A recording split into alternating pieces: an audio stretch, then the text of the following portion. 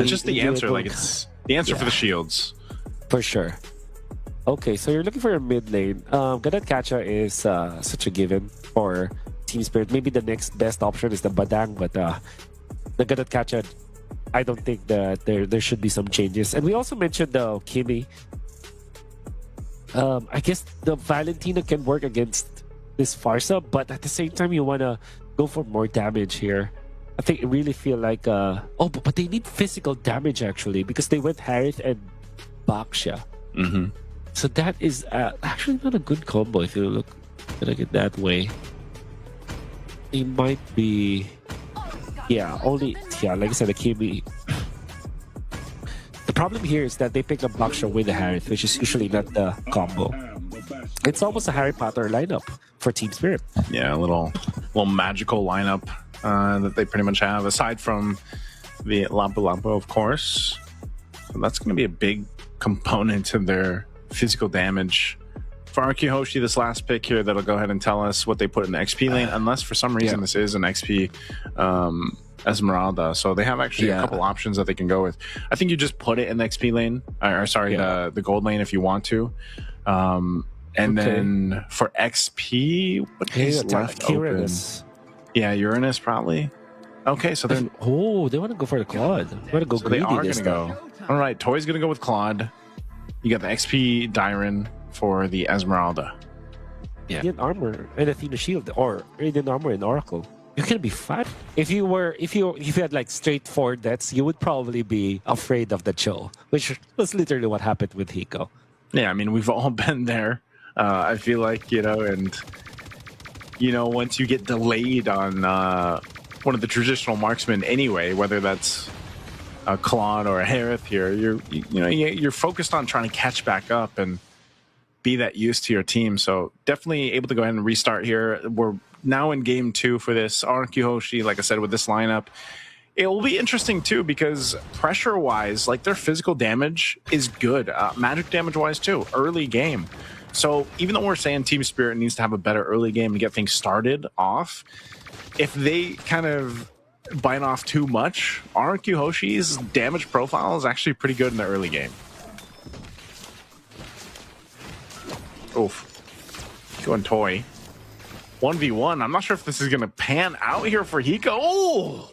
First blood going to the hands of Toy. That is not a good start again for Hiko here in game 2. Okay. So as we get through this game, early game already, being able to go ahead and start that is, man, Wolf, that first blood already for Toy.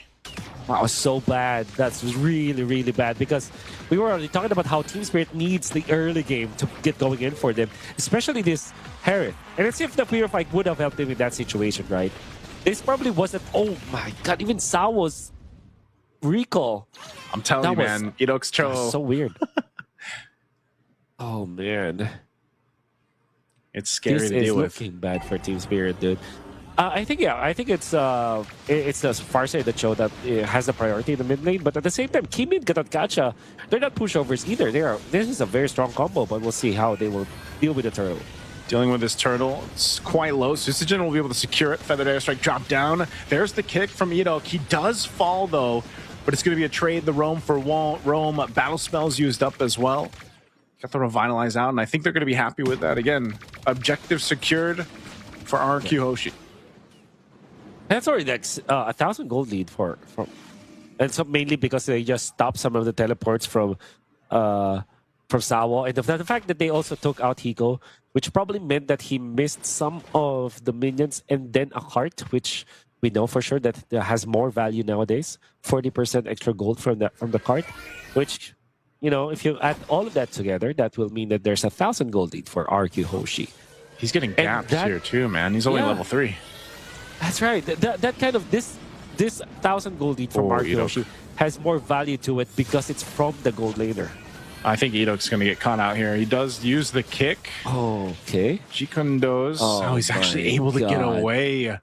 Even despite being caught in that side of the jungle and then 3 members of Team Spirit around, that is just... Hey, Idok is tough on the jungle. I'll give you that. Oh, he knows the limits, man. First two picks, Joe, for RQ Hoshi. Enoch is showing us how it's done using the Way of the Dragon defensively so that Team Spirit will not be able to get any bonus skill. And they actually spent so much time. And I'm sure that Setsujin is having a great time because of that.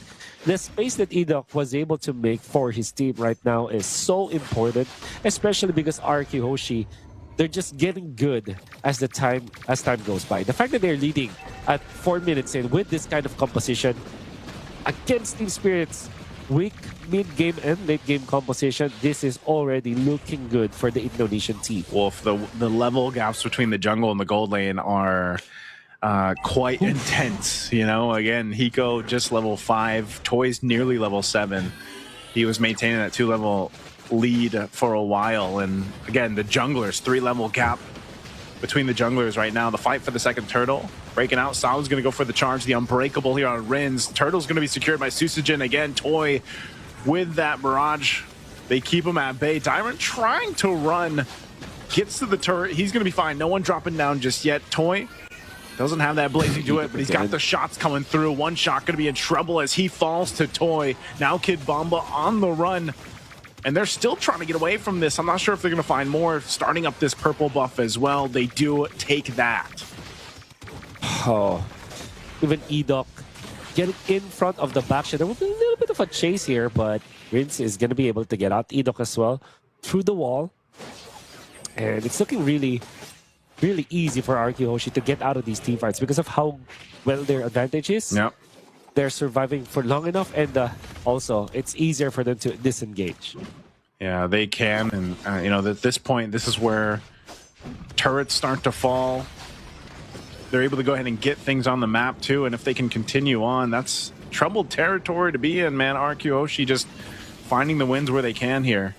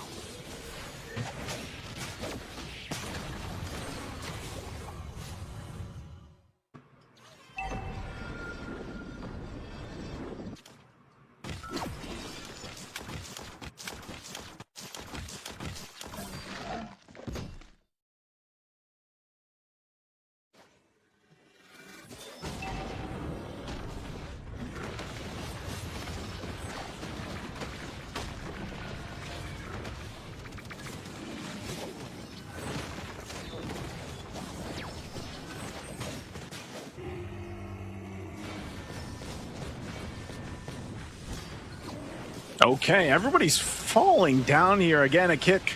One shot going to be in trouble as he's focused down in the jungle. Susujin gets a kill. A big pickup, a big fight again for RQ Hoshi as they continue to put pressure here for Team Spirit. There we go. Just a second, Wolf will join me again. Man, RQ Hoshi not letting up. Now in the mid lane, Kid Bomba trying to hold down that mid lane. Purple buff going to be worked on here as it's taken. And now, once again, Sao falling. Now, even popping the Revitalize, attraction pulse thrown out, but the Thorn Rose going to keep Susujin alive, and a kick defensively to disengage. Wolf, welcome back. Yeah, I don't know why Kid Bomba has an orange buff, but I think he just missed it. And there was what, maybe 4 or 5 seconds where he's just walking in front of RQ Hoshi, trying to land anything. But the moment that he has his skills back on cooldown, Edok just kicked him out of there. And then another disengage from RQ Hoshi. If this game goes on and on like that, eventually this Claude will be unmanageable for Team Spirit as well as this Lancelot. So I understand why Team Spirit are so anxious to get a play whatsoever, but RQ Hoshi are just evading and only fighting in their own terms. I think this is a very smart take from RQ Hoshi. Yeah, very smart takes here. RQ Hoshi not letting up at all. That's the main thing. Playing with this advantage that they have here is working out so well for them.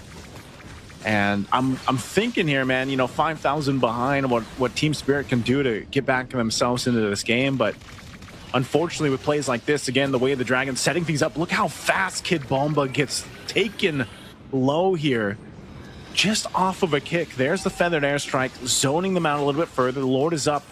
Hoshi fighting for that space to work with, and Sao trying to provide the vision to be able to contest against this. Still going to force it. They might still have to be careful how they approach the Lord even with this. But Sao once again jumping in. Hiko dropping down the Zaman Force, but he's also just brought so low so quick as Sujin picks up that kill, and now going for Sao, using that retribution to slow him down as Sao falls. Kid Bomba could possibly be next as Toy just unleashing, and there's Enoch again with the flicker Jikundo combo with the kick to follow. They'll find 4 RQ Hoshi taking it all. Team Spirit wanted to fight in RQ's terms once again, and they have found the same ending to that clash.